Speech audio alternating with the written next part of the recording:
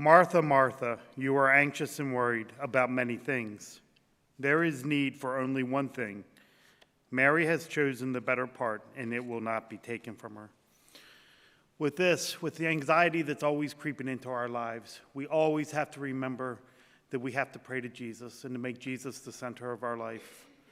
We need to always be, during those very troubling times, we need to be able to say, Jesus, Son of the living God, have mercy on us. We see it in the first reading with St. Paul. After his personal encounter with Christ, he goes away for 3 years to discern what God was actually calling him to do. I'm sure he had many more revelations with Christ during those 3 years in Arabia. Then finally coming back and meeting with Peter in Jerusalem, and then going out on his mission to bring Christ to the Gentiles.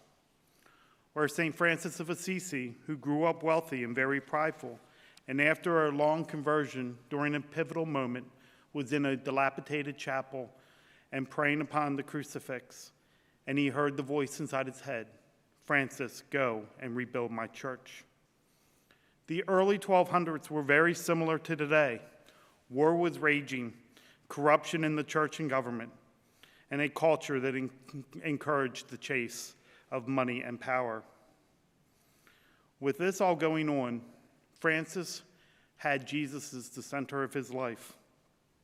And he knew, with Jesus being his guide, that he could use this quote: "Start by doing what is necessary, then what is possible, and suddenly you are doing the impossible."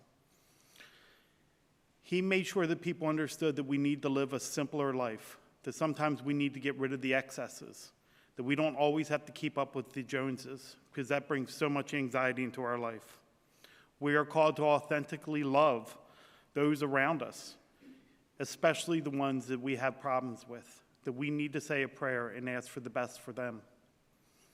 We also need to share the good news of Christ, and not just by words, but more by our actions, as Francis proclaimed.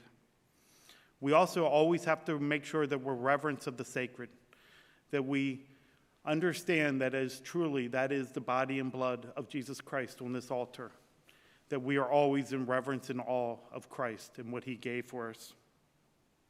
We, no matter how strong we think our prayer life is, need to always renew and strengthen our life, to always have Jesus as the center. So that way, when we are filled with anxiety, as Martha was, we can always take a breath and ask the Lord for comfort, and he will never leave us. We can also scream out, "Lord, make me an instrument of your peace," that we can be the scalpel in the divine physician's hand to bring love, mercy, and peace throughout the world.